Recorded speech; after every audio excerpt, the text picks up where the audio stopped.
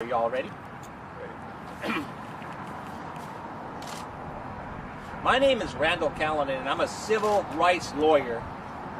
And I'm here today with Taylor Rogers and members of the community because Taylor Rogers was stopped by the Santa Fe police and for no reason thrown on the ground right into a bed of fire ants in the middle of the day, and then held there while she's screaming that there's fire ants on her. They put handcuffs on her so she can't even brush them off her face. And I just wanted to show you what this case is about. Here you go. This is just some of the ant bites, because these ant bites, fire ant bites that is, and us here in the South, we all know what fire ants are. And we know that actually, on occasion, they kill animals, and even sometimes they can kill people with enough bites. And I was counting these bites, and I stopped at 300 bites. And she can't brush them off her face, and she's telling these officers, there's ants on my face, and they don't brush them off. This was their punishment. They knew what they're doing. This was no mistake. And so we're here today to ask Santa Fe Police Department to discipline its officers. We saw the video. We gave the media the video clip, and it shows officers, 3 or 4 officers, just hanging around watching. Well, she isn't a danger. You can see she's not armed. She's not a large person. She's a female, and that officer is on top of her. She's got her constrained. She's got the handcuffs on, and they're still in the ant bed. Is it torture? Yeah, that's a strong word, but I call it torture. But the people can make up their own mind what the word is. But when the police hold you down in a fire ant bed, when you're saying fire ants, screaming, and they keep you there, what is that? And the Santa Fe Police Department has not disciplined any officer. They have accepted this behavior, which means that there are probably other situations where excessive force is used upon by officers, because if this is okay to do what they did to Taylor, then what else is okay? Punches in the face, kicks, shootings, what else? So we're here today to say, hey, Santa Fe Police Department, get into the 21st century. You need to discipline your officers. And so we're here today to try to do something about that by raising awareness to the Santa Fe Police Department. And we have a few people here to talk about police techniques and so forth. And the first one will be Shelby Stewart. Can we ask about the incident itself, though? Oh, sure. I think that would be important. You get that. Okay, sure. Because according to the lawsuit, this was in 2021. Yes, that's correct. All right. That this was in front of the high school. R.J. Woolham. At R.J. Woolham. Okay. Can you get closer to the mic? No, she's not going to talk about the facts of the case because there's an ongoing case about it. Let me give you the generalities. But according to the lawsuit, it was about, she wasn't pulled over so much, she was going the wrong way in a circle drive. Is that right? And that was Santa Fe ISD police at first, and then Santa Fe PD. Yeah, that's correct. There was both ISD police there and the Santa Fe police, and she never endangered a single person. At the most, she went in the wrong direction. And they change their rules all the time, so it's understandable. She did go in the wrong direction, but they were extremely aggressive, and it frightened her. I mean, they were pounding on her car, and this one officer pulls a gun on her and points it right at her, but she's got her other child in the car.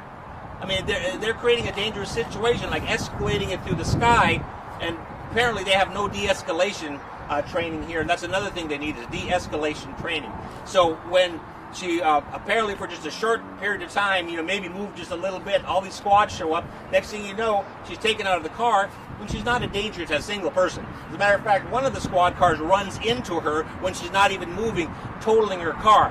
Now, it didn't mean it smashed the car to pieces because the car was an older car, so when I say totaled, the value of the repair would be more than the value of the car. So that is basically what happened. And so they put her on the ground once again, and then what transpired is what transpired.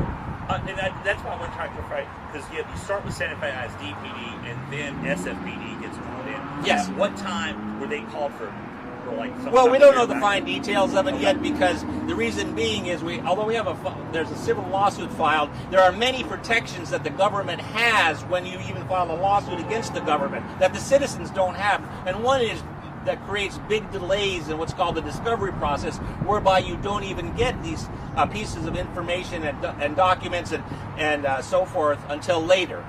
And that's why we're now hearing about it, even though it was 2021. This has been ongoing. Well, the lawsuit, there's a 2-year statute of limitations to file a lawsuit, and this particular lawsuit was filed near the end of the 2 years, so it was only filed late last year. And it was filed in Houston, and then it was moved to the Galveston, because Galveston has a federal courthouse, and it started in Houston, and really not much happened there, and then it's been moved to the Galveston courthouse, and it moved to the Galveston courthouse in January. And you're asking for the disciplinary of the officers that were involved here. Was there a formal complaint filed for internal investigation? They did an investigation, and there was no discipline meted out. This is such a simple one. Look at the video. This is not a he said, she said. This is what the video said. Just look at the videos of everything that happened. No danger. Nobody injured except for her. Look at the video. There's 4 officers looking down, not excited about anything, while has her face in the ants, and the other officer is, just holding her down in there and she's saying ants. And it's so obvious. Now, there is this, maybe an old custom of the police that if you run or disrespect an officer, you get excessive force used on you, and maybe one of these officers will. And I think that's really what it was. Is the other officer says they just assumed that the first officer knew what he was doing, and he's saying, "Oh, this woman, whatever, must deserve this punishment for whatever she did." So that's why we're not reacting to it. It's not that they didn't see it, or that they didn't realize it. It's that this is the form of punishment you get when you don't, stop immediately, or you disrespect an officer, which is a very archaic form, like from the Old West. And that's why we say, get into the 21st century, Santa Fe. And if I could just clarify, too, is that you said officers standing around, and 2 things on the clip. It's a shorter clip. Is there more? Oh, yeah, there's a whole bunch more. Yeah, there's a whole bunch more. And how many SFP officers are there, and how many SFI? The exact number I do not know. Okay. But they're both there. Well, I'm just saying, the ones that are standing around, are they Santa Fe PD, or are they SF? Because they may have different rules of engagement. I'm trying to get kind of the context. I don't think they have different rules of engagement. They have the same obligation. Yeah, they're the same, because they're both licensed peace officers. As a matter of fact, some of them might have worked for one agency, then transferred to the other, so they don't change. The Constitution does not change depending upon which police agency you work for. Well, actually, SFISD PD has ruled that when they turn over any incident to SFPD, they're to stand back unless they're asked for assistance. That's why I'm asking, because that's their actual policy. So, well, okay, if that's a policy, right? But they don't give up their policy not to intervene. Right. In other words, like if you, let's say they were the police were shooting her and stabbing her. What are you saying? That you say, oh, okay, well, I'm sorry, we've turned it over. No, if you're a police officer on the scene, the law says you're required to intervene in unconstitutional behavior, at least by words.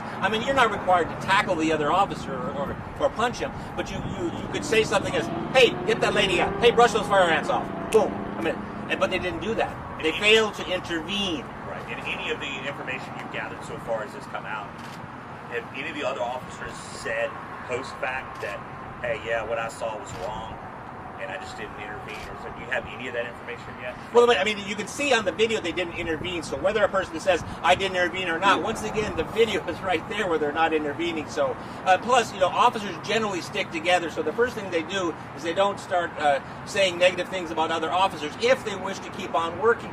Right.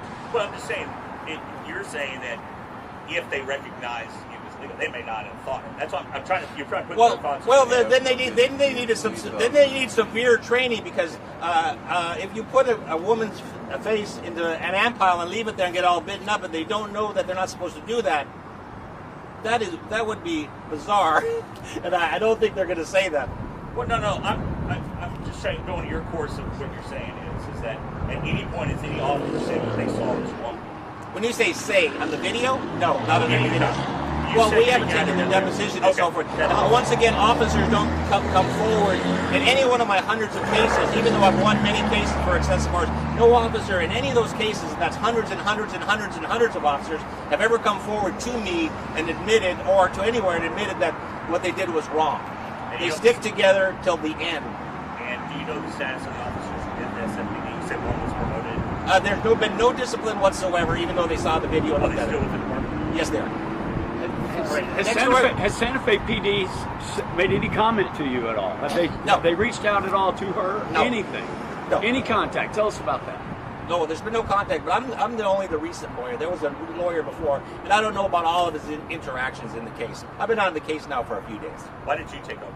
Because the other lawyer is not on the case any longer. By his choice, or did you want to switch up? Well, it's a fair question. I mean, well, I don't know what a fair question is, but we don't have to sit here and answer every single question. I wish we could get to press conference. Yeah, we did call the press conference. And next we'll hear from Shelby Stewart. My name is Shelby Stewart, SHELBY STEWART. I am a civil rights activist, and I'm a retired Houston police sergeant where I spent 28 years at HPD. When I looked at that video, it was one of the most horrific things I'd ever seen. All these officers standing around while her face is in a mound of fire ants doing nothing. It indicates these things. The officers stood around like it's normal. Okay, like they didn't have to take any type of action. That means this department is full of goons and cowards. The goon side did what happened to her on the fire ant situation. But the coward part is that none of those officers intervened to save this woman. And since there's been no discipline on these officers, they had the expectation that the chief wasn't going to do anything, and he didn't do anything. And Either chief. Say it again. There's two chiefs involved here. One here, one at the ISD. So neither chief took his on.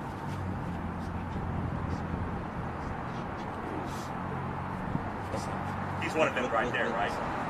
The ISD police chief is on scene. Okay. Right there. Okay. Did he stop him? No. He's the one who ran to my car. Right. That's what we're trying to, because it's two different departments here. Okay. Okay. I would say this.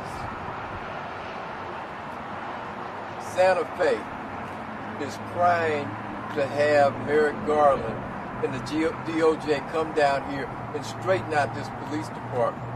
Because you don't have police officers. These are not police officers that stood around and watched what happened to her. And they bring shame to the badge.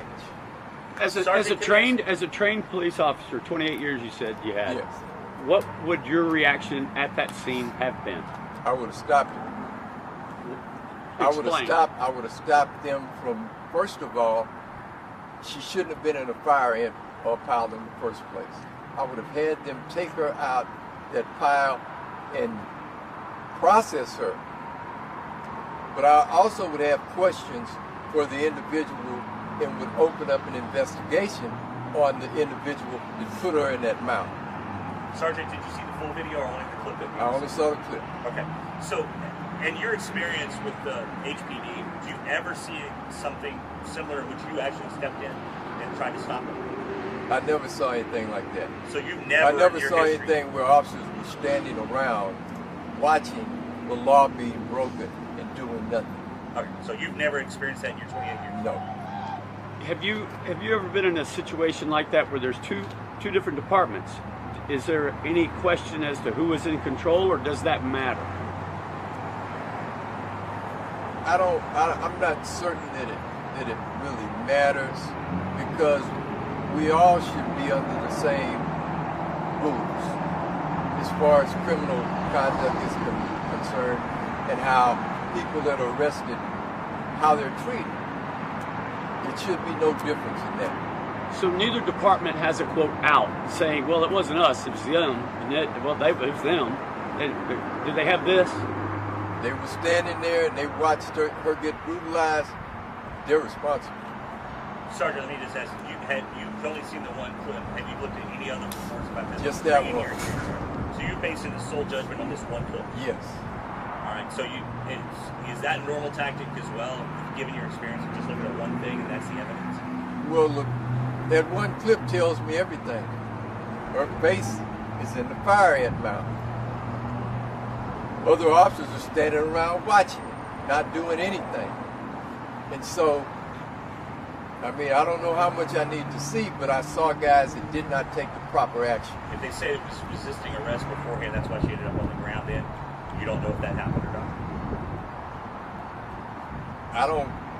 I don't know how many police officers were there at the time. I saw a bunch. Courts. I mean, how does she end up? Why does her face end up? That's what I'm asking. It is it is the courts who punish people. Officers do the investigation and arrest. So, right, but you're presenting him as an expert witness or witness in this thing, and I'm using his experience because he wasn't there. Well, I'm trying to say he's experienced as an HPD officer. I'm asking him. So would you normally base it on a short clip, and that's how you make a decision? If I see anybody, not just her, being abused by a police officer, and 5 others are standing around doing nothing, what more do I need to see? If the officers were to claim that she struck first, That doesn't matter. That doesn't mean they can whip her ass. She wasn't resisting that hard if 4 officers were standing around. So, but I'm just saying, I'm just going through everything because we don't have their side, obviously. And so you're being presented here as an expert, so I'm just trying to figure out what you do know. Well, you know. all I can go by is what I see. Gotcha. yeah. And Sergeant, you never had any experience with Santa Fe PD doing anything. You're just talking about your background to understand, correct? Never had any experience with Santa Fe PD. Yeah. Why don't you hand him that first one and ask him? Okay, no, I know. No, I know. You want to hold that? I mean, I don't know. Maybe there's a big difference. I know. I already heard that. Hi, my name is Jeff Reese. It's Jeff Reese, R-E-E-S-E. I'm currently with the Greater Houston Coalition for Justice, former president of the Houston Peace and Justice Center. But I also was in law enforcement for almost 26 years. I was with the Harris County Sheriff's Office. And, the bad thing is people want to believe the best about the police, okay? And there's a thin blue line that if you work, no matter what agency you work for, you're going to come to the aid of another officer regardless of what agency he works for, okay? Right? And so, but there's a thing called POP. I don't know if you've ever heard of it. It's called pissing off the police. And where I come from, this is what happened when you angered an officer. You know, there's a saying: you can beat the rat, but you can't beat the ride. I don't know if you've ever heard that. Some of the old heads that I work with. One thing I also did, I helped form the mental health unit for the sheriff's department. I was a trainer at our academy for the CIT. I did that for over 2 years, and I helped form the trainer. I've been a hostage negotiator. And I've talked to people in crisis. I was also a crisis hotline suicide counselor. So the thing with this, I think why I'm here, is there is that propensity to give the police the doubt. And when something like this happens, we automatically give the police the doubt. Even, we don't want the police to be seen in a bad light. All right, they're the heroes. But what we saw happen that day, there was nothing heroic about what happened. Now, you mentioned she was going to be arrested for resisting arrest? No, I didn't. I just asked. Okay, well, many times people are arrested for resisting arrest. Well, what were you going to arrest them for in the first place? Right? And many times the judge dismissed the charges. In this case, this was so horrific. I couldn't believe what I saw on these pictures when Randall sent them to me. It was like, dude, no way. I cannot believe that this happened, even though it happened a couple years ago. For me, that's not surprising. I have friends that are mothers that sons have been murdered for over 2 and 3 years, and they're still waiting for an autopsy. Why? Because the police did it. And this is kind of sad. I know it's bad. People want to believe the best of the police, but what happened there was not the best, I think. And so if you have any questions, I'd be happy to answer them. You know, and so, but yes. You said at the beginning that you had, in your experience, you did training, but you said there was the POP, as you said. Yes. Where you came from. Did you ever see any incident like this, and what did you do about it? Well, no fire ants, no, but yes. No, but just in general. Of course. I've seen people rip the skin off their face. And you intervened Yes, each time? but you have to. How could you stand by and not intervene? And I say, if you see this picture here, how could you not intervene? All you have to do is pick her up, get her off there. But remember, she's not a threat. Why would you have her face down? You know, she's not a felon. She didn't have a weapon. And she's at the school dropping her kids off. Right. So common sense would tell you what? You know, you can interact with common sense, hopefully. But sometimes the officers, in their way of thinking, they view everyone as this terrific threat, and they're going to neutralize the threat. And what evidence have you seen from this video only? Or you Yes, just a picture. That one clip just in a the picture. And in Randall's word, you know, his word is good with me. We've done many, you know, cases together, and I mean, what threat could she be? You know, and why was she pulled over in the first place? You know, did she call in a bomb threat and say, "Hey, I'm driving a white Mercedes and I'm coming with a bomb"? No, she was just dropping her kid off, and even if she went the wrong way, that's far excessive. And what's bad is the police didn't do that. They didn't sting her face, but they put her in an ant bag. And then when she asked to get off, did they let her off? No, they pushed her down even further. Yes, sir. I was wondering, Okay. on this, that when we talk about the incident, what about any charges on her case? And all? What happened with those?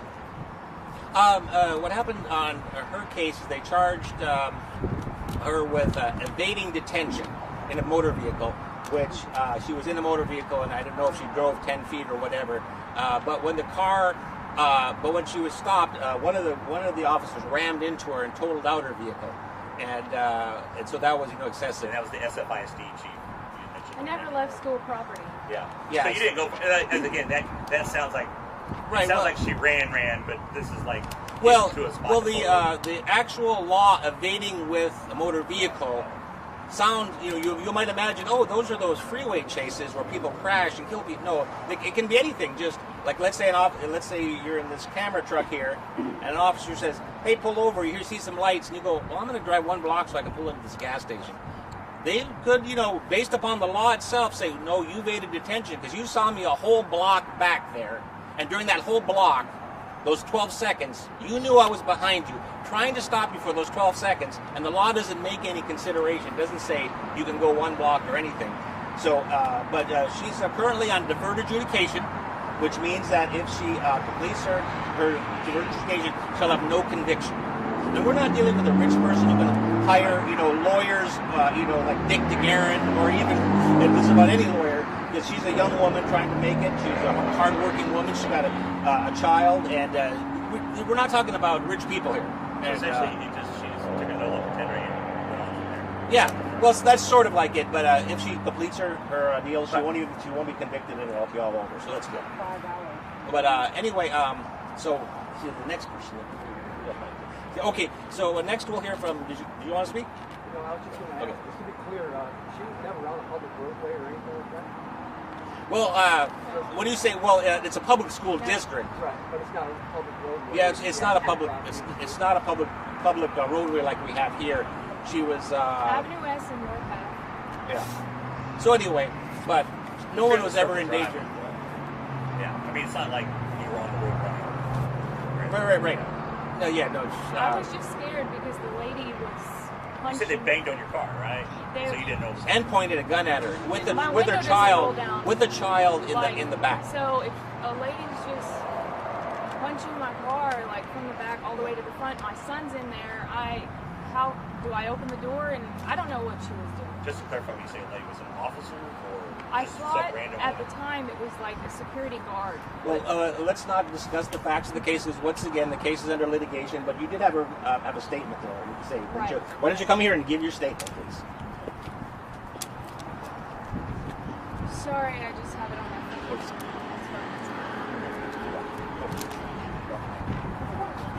So, hello, my name is Taylor Rogers.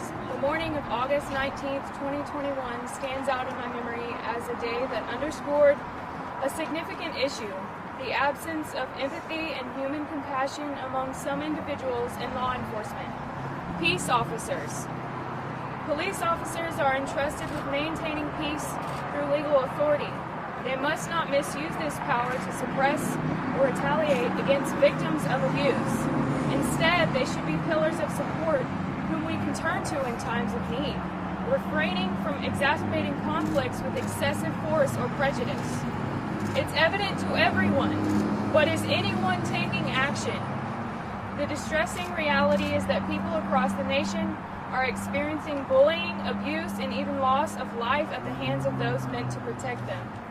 It's not just a failure of individual officers, but also of the leadership and the first responders who are called upon to resolve societal issues and disputes. So what's the solution? We urgently need enhanced police training focusing on de-escalation techniques to diffuse tense situations with empathy and restraint. Mental health training is crucial for officers to respond peacefully and effectively, especially when encountering individuals facing mental illness, abuse, or hardship. Ultimately, the answer lies in love, the essence of God. We must strive to make peace with our neighbors and extend compassion to those in need. If we witness wrongdoing, let us act, but let our actions be rooted in kindness, understanding, and self-control. I urge the Santa Fe Police Department, along with all law enforcement agencies, to embody the principles they espouse within their own walls. Let us heed the words of Jesus, who proclaimed, "Blessed are the peacemakers, for they will be called children of God."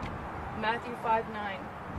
In a world marred by violence and hatred, let us embrace our role as agents of peace. As one community, let us choose love.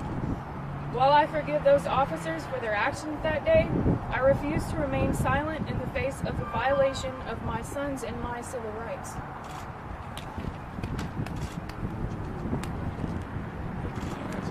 And one clarification, the lawsuit claims that there was an incident before that she has. Yeah, there was an incident before, and I believe that's was the subject of a lawsuit, correct? Was there a lawsuit?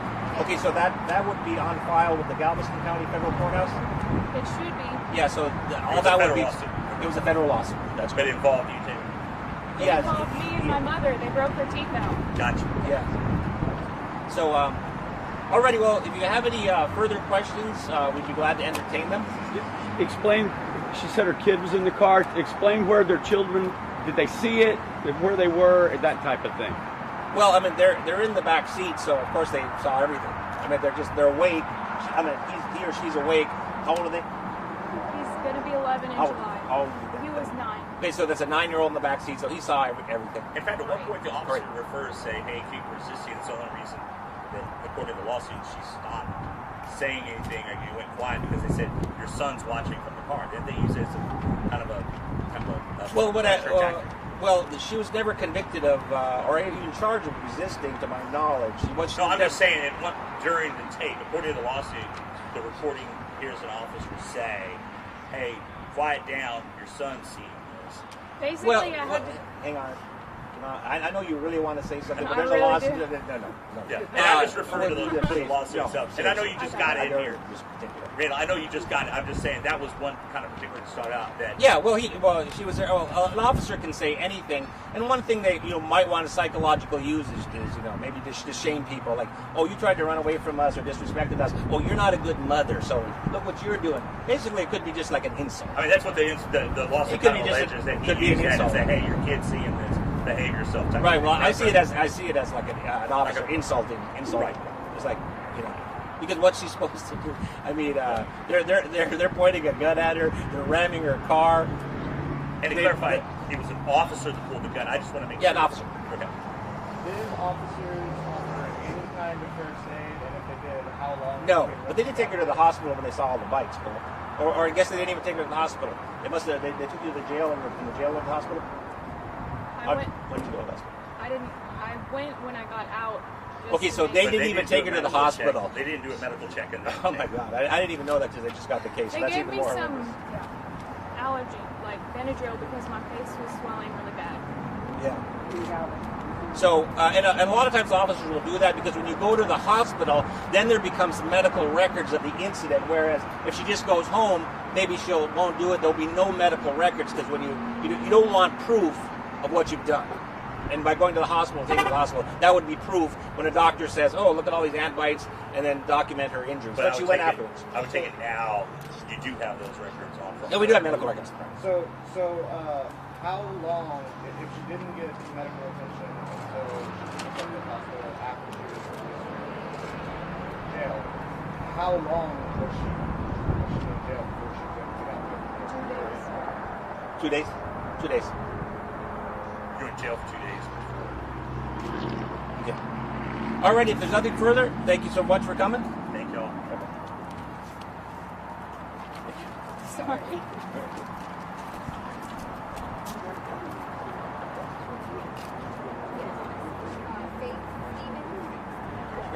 Yes, this is my workshop.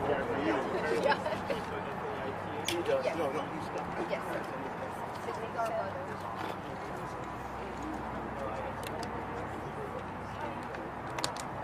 All right, y'all. Thank you. Most people.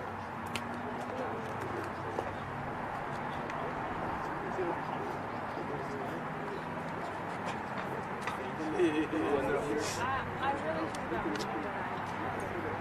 I mean, he's cool. I don't know. I just appreciate that he's on the case,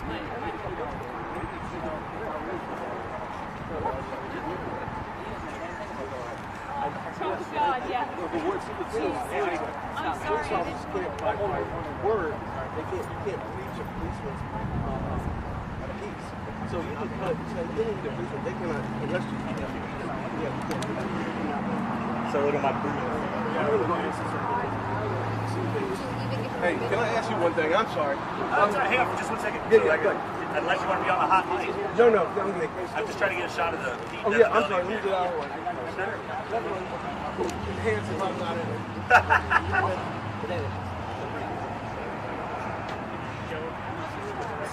I know I was thinking the same thing. I love it. Any more questions? Yeah, go ahead.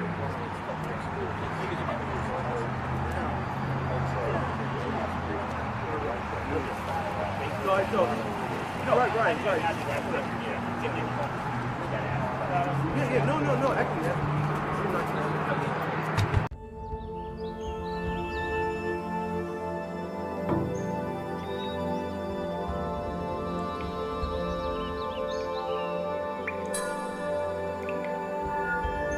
Thank you.